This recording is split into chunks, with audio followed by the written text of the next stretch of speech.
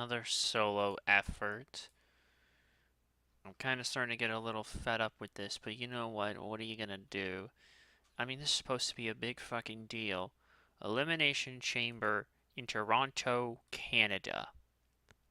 Or Elimination Chamber Toronto. The 15th event and takes place tomorrow, the first day of March.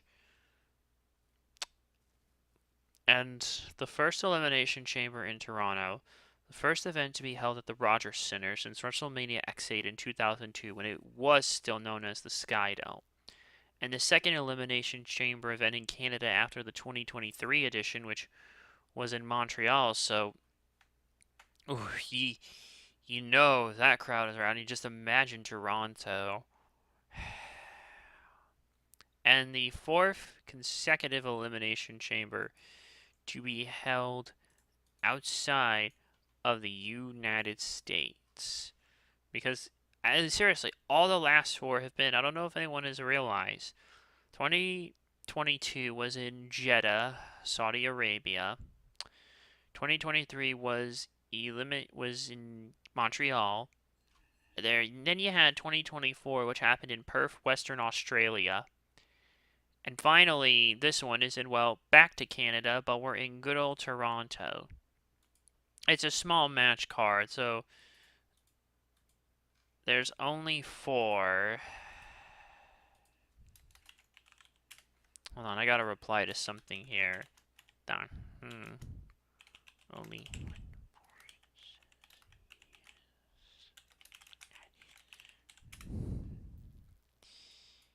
Okay, I'm looking at a whole bunch of other stuff, so bear with me. Let's see, where were we? Oh yeah, 4th time, and we're back in Toronto for what it's worth, and I know it's only 4 matches, but oh hey Can you Jesse. read the matches really quick? Oh, I'm gonna Say give it. your predictions away and everything. Alright, Oh, okay. did I give you my predictions already? I don't think you did, man. I'm sorry, dude. Okay, just, Okay, you let know me what? tell Hold on you. a second. I'll mute this here so we don't spoil the.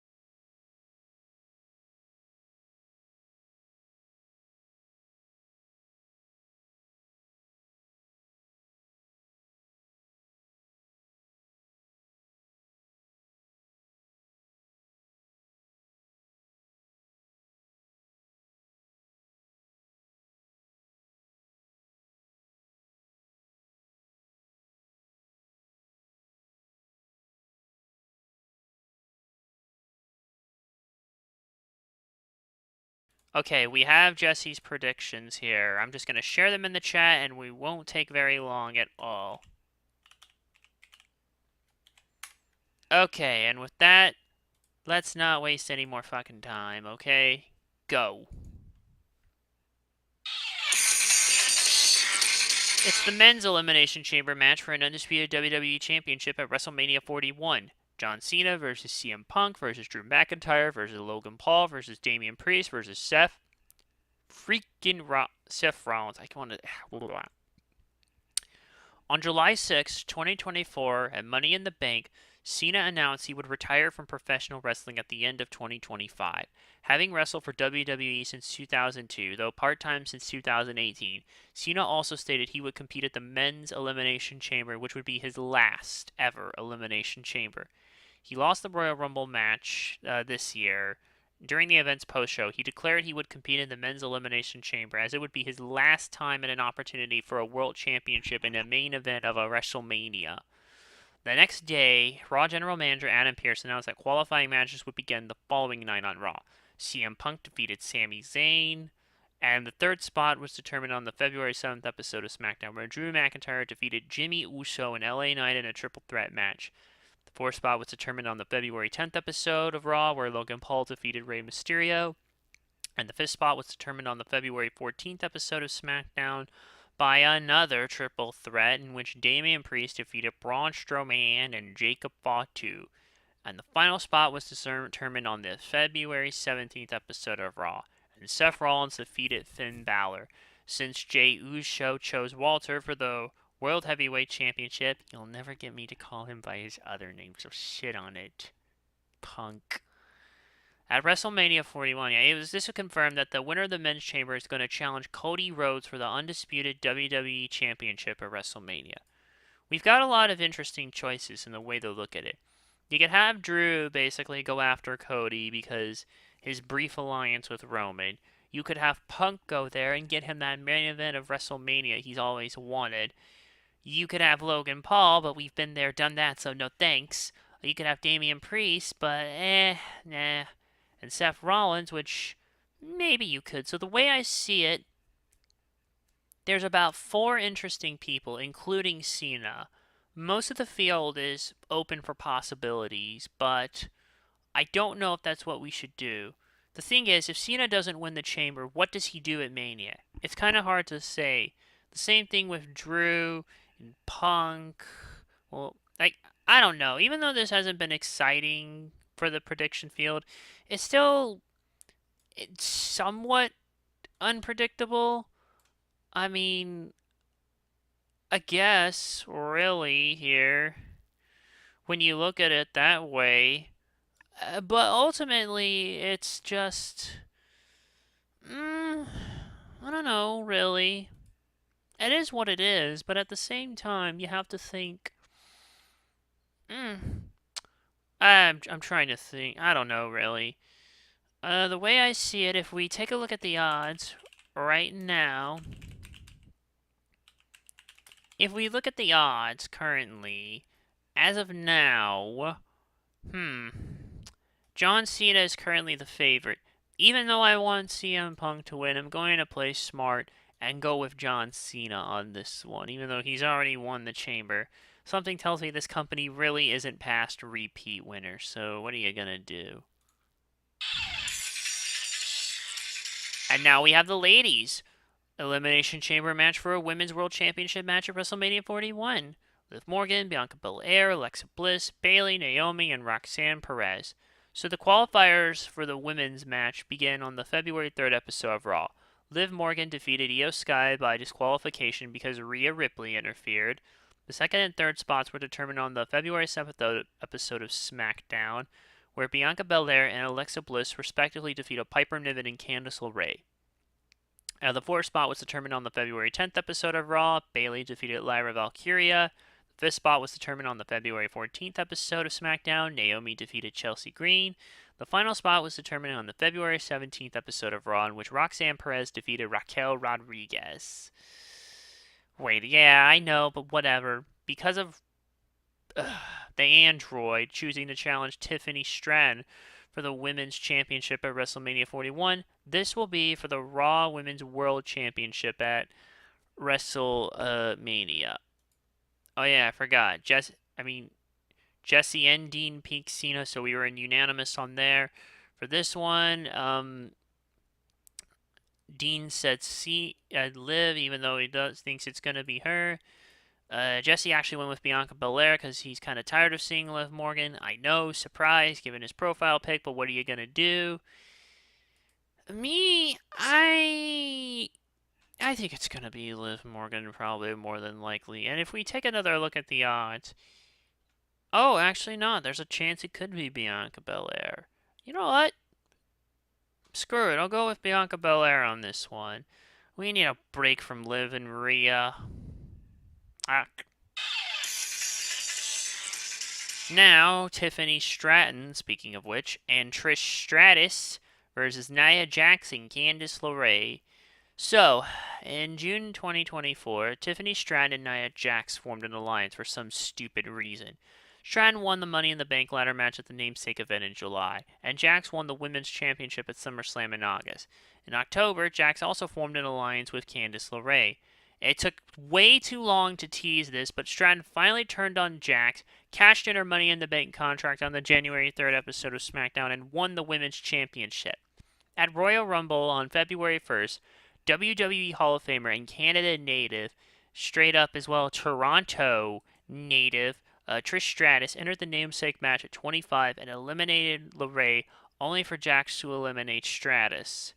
On the February 14th episode of SmackDown, Jax had a rematch for the championship, but ended in disqualification win for Stratton after LeRae attacked Stratton. And following the match, Jax and LeRae continued to attack Stratton, prompting Stratus, who was in the crowd, to come in and assist Stratton. Stratus then proposed to team up with Stratton at Elimination Chamber Toronto, and a tag team match featuring Stratus and Stratton against Jax and LeRae was made official. Ugh. That's a lot of S's, I know. And just a minute, we're going with Tiffany and Trish. I'm going with Tiffany and Trish to win. Tiffy time and Trish time for Diener. Same thing with Jesse. We're in unanimous agreement there. Ooh. And this is how you close it. Sami Zayn versus Kevin Owens in an unsanctioned match. On the January 20th episode of Raw, Sami Zayn spoke about winning the Royal Rumble match before he was interrupted by longtime friend Kevin Owens.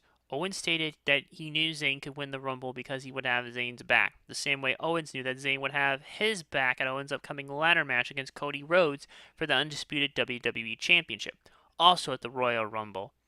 At the event, Owens lost to Rhodes. However, during the match, Zayn appeared at ringside to check on Owens, but did not get involved in the match. And on the following episode of Raw, Zayn failed to qualify for the Chamber match. Following the match, Owens once again package pile drives Zayn, severely injuring Zayn's neck, in kayfabe at least, and ruled him out for an undetermined period of time. In a video message posted on Twitter, Zayn gave an update on his injury and proclaimed that when he was medically cleared to wrestle, he would be coming for Owens, who responded and claimed that Zayn's refusal to help him during the match was a betrayal. Oh, please, you're the one who initiated it, pal. Owens challenged Zayn to a match at Elimination Chamber, regardless of whether or not Zayn would be medically cleared. On the February 17th episode of Raw, Zayn accepted Owens' challenge to a rematch, but Adam Pearce refused to make it official as Zayn was not medically cleared. He refused to leave until Pearce made the match official. And because he could not sanction a match between the two, an unsanctioned match was scheduled in their home country of Canada. Now, both are from, well, Quebec. Quijam, what's up? Yes, Quebec, a great place to eat shrimp and lots of shrimp. Alright, yeah, okay. Quick lightning round across the board. Men's Elimination Chamber match.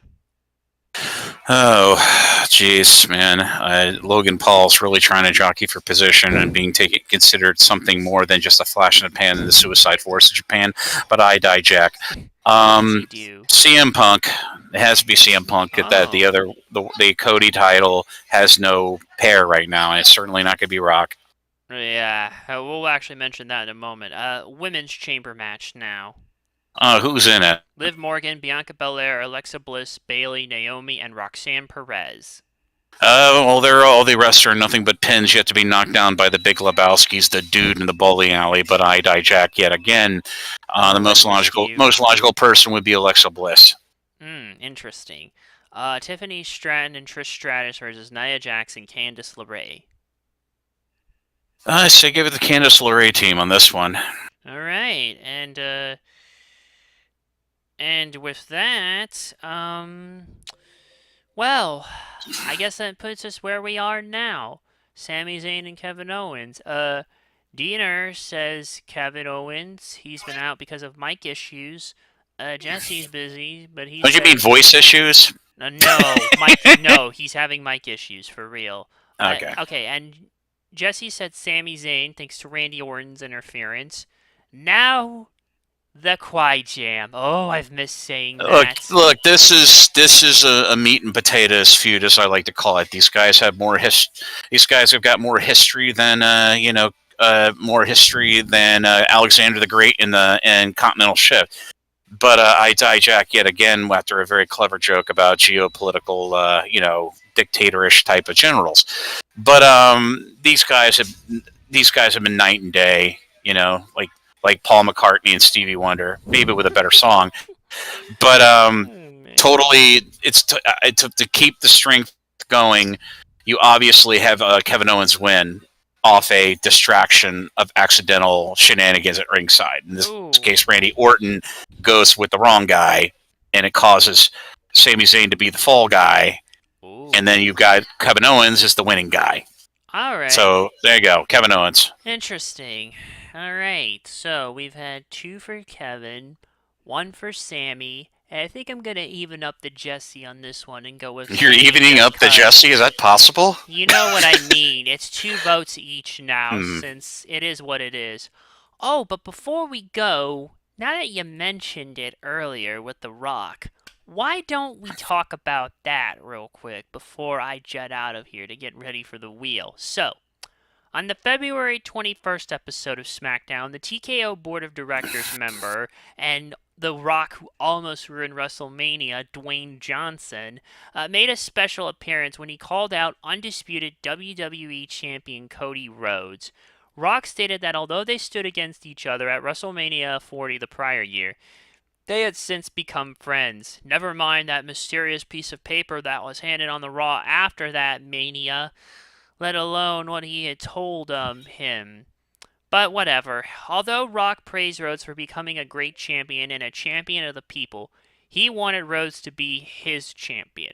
Rock claimed that he could elevate Rhodes' career even higher and could make anything possible for Rhodes, and that he would be present at Elimination Chamber Toronto to get Rhodes' answer. In other words, he wants Cody to basically, like, when The Rock was This the is a corporate reverse version. champion. This is a reverse version of what they tried. What they anchored the beginning of the shockingly ladderized feud towards Revolution between MJF and Jeff Jarrett. This is what this is. Except in this case, Jeff Jarrett is even more deludingly stupid than you account for, and MJF's just begrudgingly going along with it, pretending that he's a good manager when he would not make a good manager. I mean, for 2 past factions with him leading it, is there prior hindsight on that? And the whole thing with that promo was just so weird. The way it came off, like, When didn't something weird happen in WWE that had no discernible reasoning to it? yeah, but Oh, you know what I mean? yeah, but especially here, man. I mean, you look at this. You see, like, Rock was This is kinda, Rock really pushing his. This is Rock's positions. This is his audible. This is where he can insert himself whenever he wants because he's got more stroke than Jeff Jarrett. Stroke and Jeff Jarrett. There you go. yeah. But the thing is, it's like that's basically angered a bunch of the people who actually bust their ass Dude, in his deluded here. mind, dude.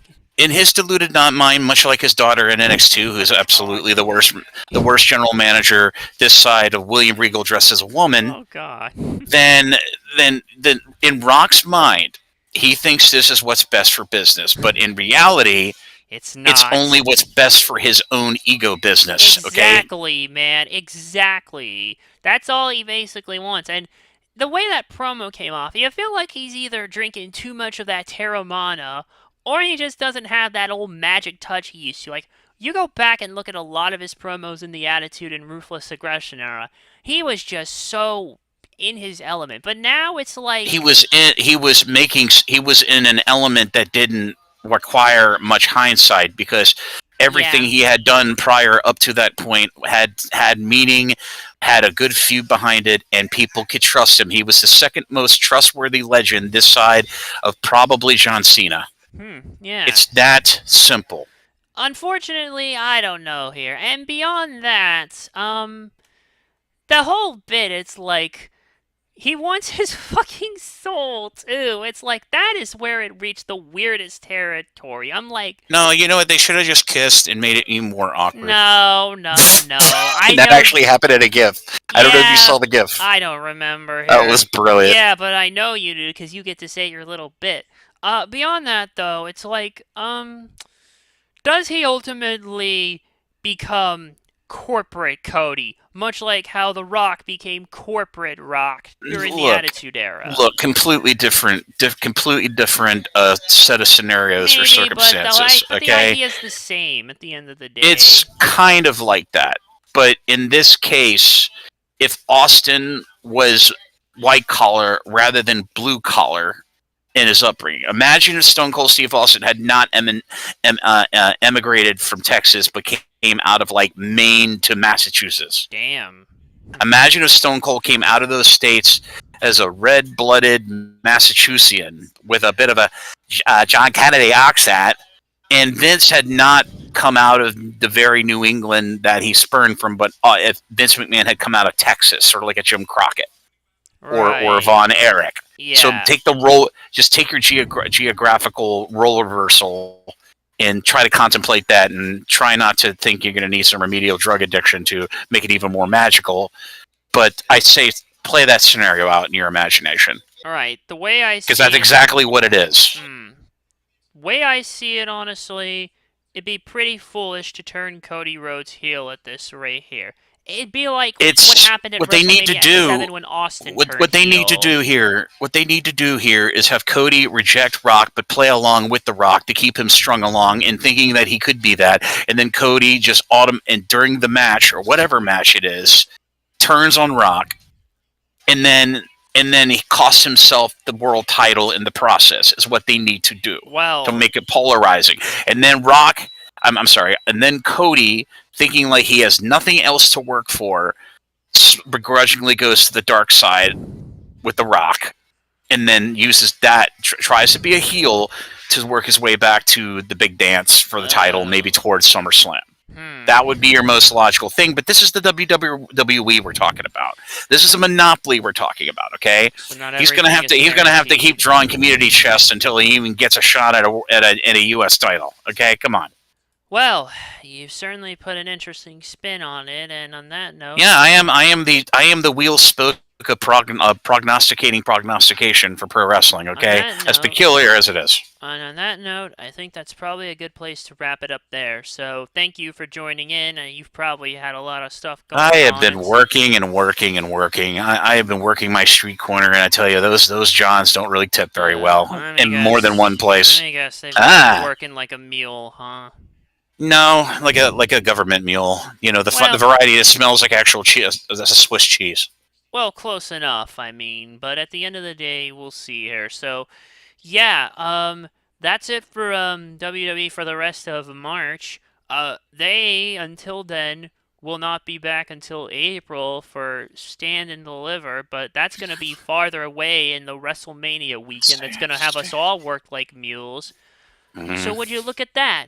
Next up on the docket is AEW Revolution next week. And this card alone is literally like taking 3 cards of this WWE pay-per-view that's coming this weekend and pumping it up with $4,000 worth of the best anabolic steroids that Paul Hellweg left in his footlocker could afford. Hot damn, man. That card, that to me, I've looked at this card.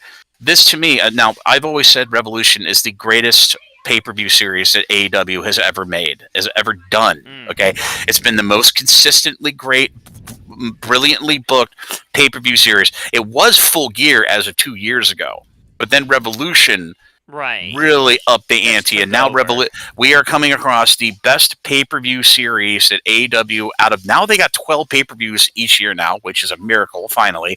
But this to me, the Revolution is yet to be topped. And it's not been even the best AEW All In London could not top it. Right, and we'll address all of that when we get to it next week. So until next time, take care of yourselves and each other. Thanks for watching. Good night. Please be kind to each other, and Move to Canada. No. Move to Canada. Or move Hey. in with coffee. He's got No. plenty of Blu-ray Steelbooks you can watch. Oh, you go there, not honorary Canadian because of knowledge in other Yeah. fields. But whatever, that's all right, man. Mhm. Anyways, we'll see you all next week. So, See, see keep your ya. feet on the ground and your drugs in the cabinet. Oh, good grief.